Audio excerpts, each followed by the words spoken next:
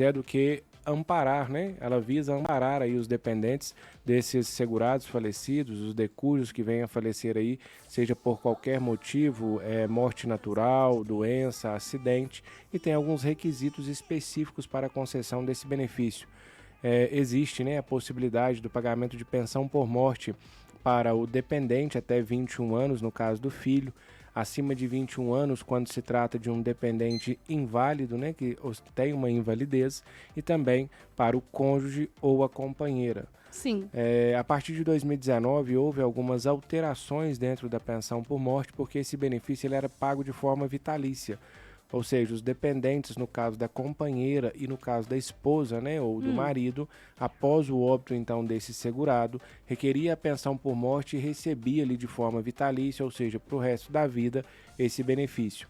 Visando coibir então a questão da pensão por morte para as viúvas mais novas, viúvas que, né, celebravam um casamento com pessoas mais idosas, de 65, 70 anos, a pensão por morte teve uma alteração substancial ao mudar, então, criando um calendário, criando uma tabela de acordo com a idade dessa companheira ou dessa esposa, para que não mais pudesse pagar o benefício de forma vitalícia.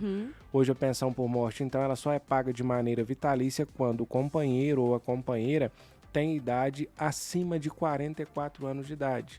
Quando então, né, o decúbito, o falecido deixa uma companheira, sua esposa, com mais de 44 anos de idade, esse benefício se torna vitalício. Fora isso, foi criado uma tabela de duração desse benefício. Quando a pessoa então tem, né, até 44 anos, o benefício de acordo com a idade pode durar 10, 15 e 20 anos, de acordo aí com a idade na data do óbito desse segurado que veio a falecer.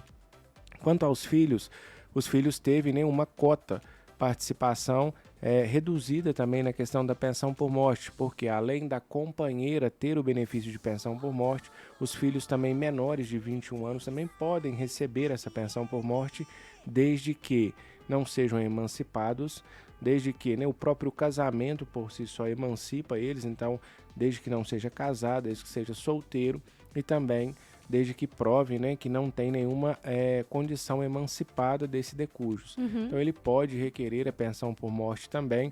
A gente tem muito caso, às vezes, do segurado que faleceu ser casado e ter um outro filho de maneira unilateral, com outra família, e esse filho até 21 anos também pode requerer esse benefício de pensão por morte, que vai dividir, então, essa pensão por morte com a companheira ou companheiro, de acordo, né, com quem, de acordo com o sexo do segurado que faleceu.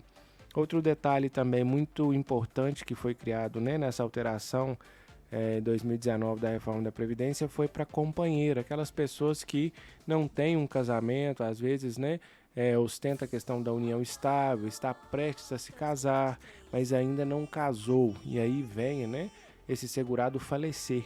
E o INSS agora ele exige que você comprove que nos últimos 2 anos, antes do falecimento desse segurado, você comprove que vocês viveram em uma união estável como se casado fosse.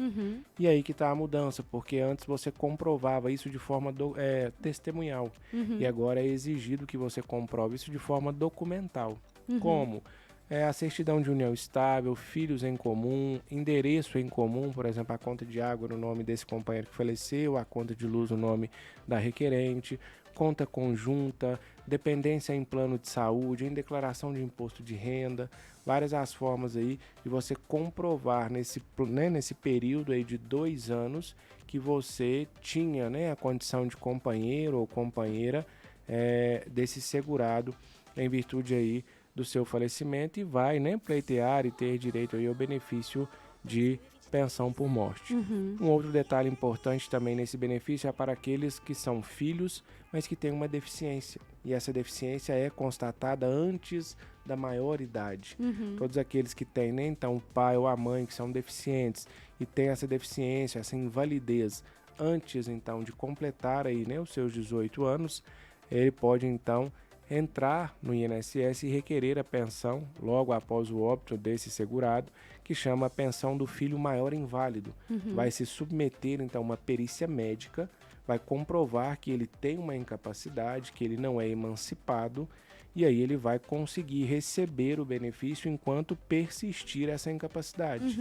Mesmo após os 21 anos de idade, vai conseguir receber esse benefício até que a incapacidade cesse ou de forma definitiva e vitalícia. Outra modalidade também, né, dessa pensão por morte também é para a questão daqueles, na questão dos contribuintes individuais.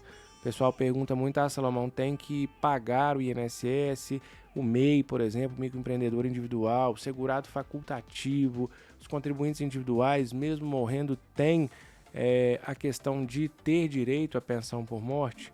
Hoje, no regime geral de previdência social, é exigido que a pessoa que venha a falecer tenha no mínimo 2 anos de contribuição com o INSS para ter direito a esse benefício dentro desse segmento da tabela que falamos aqui. Se tiver menos de 2 anos de contribuição, a pensão será paga somente no prazo de 90 dias e vai cessar e não será paga mais. Então, inicialmente, a gente chama a atenção aqui do pessoal, porque para a pensão por morte, para gerar a pensão por morte, se ele estiver recebendo um benefício da Previdência Social de auxílio-doença, aposentadoria por invalidez, ótimo. O dependente automaticamente vai ter direito a requerer essa pensão por morte, sem problema algum. Se caso esse dependente não estava recebendo benefício, mas estava contribuindo com o INSS, o que tem que olhar é se na data do óbito ele tinha a qualidade de segurado para que vertesse então, para que modificasse então essa qualidade de segurado a gerar o direito à pensão por morte. Então, atentos à questão da contribuição. Hoje a gente sabe que a qualidade de segurado é a contribuição mês a mês. O INSS, para você ter a qualidade de segurado, você tem que ter 12 meses iniciais de contribuição com o INSS, seja ela facultativa, seja ela individual, seja o microempreendedor individual. Exceto para acidentes, quando a gente tem aí uma morte por acidente, alguma coisa, a pensão por morte tem também uma concessão específica mediante a morte acidental, por acidente de trabalho ou acidente de alguma natureza. Então, ficar atento à questão da contribuição, a qualidade de segurado e os requisitos necessários aí, uma vez que pode vir a faltar, e por uma falta de planejamento, às vezes, pode deixar aí os filhos desamparados, sem a questão da pensão por morte. O pessoal pergunta, Salomão, mas tem que planejar. Não é questão de planejar a sua vida depois da morte. Se você tem um dependente que depende exclusivamente de você, você precisa pensar nisso, dia após dia, uma vez que a gente sabe que, para morrer, como diz o jargão, basta estar vivo. É verdade. Olha só, a Rosana perguntou aqui, queria saber quais meus direitos quando trabalho para uma pessoa e ela morre, como fica a situação? Olha só, quando uma pessoa vem a falecer, seja ela empregada doméstica, seja ela dentro de uma empresa, quando a pessoa trabalha exclusivamente para pessoa física, na morte do empregador, a lei fala que o contrato ele se extingue. Então, ou seja, não tem como mais aquele contrato subsistir porque o seu empregador veio a falecer. Então, o que acontece? Quando você está trabalhando para uma pessoa, quando você presta um contrato laborativo para uma pessoa, a doméstica, por exemplo, ou enfim, outro serviço específico, e para pessoa física, o contrato tem que ser encerrado em virtude do óbito, desse empregador, e o espólio, os bens, a família, os filhos desse empregador têm de maneira imediata que pagar as verbas rescisórias desse contrato.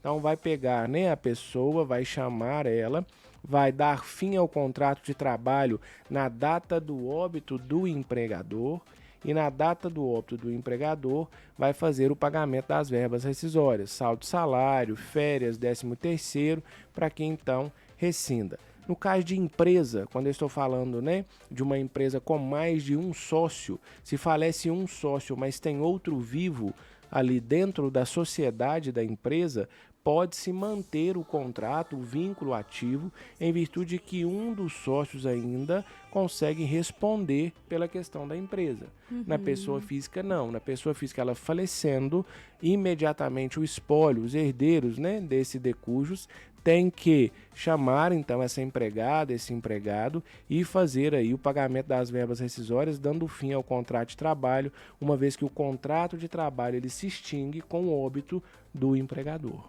Maravilha. Salomão, informa pra gente os seus contatos também, para quem deseja entrar em contato com você, e também o endereço dos seus escritórios.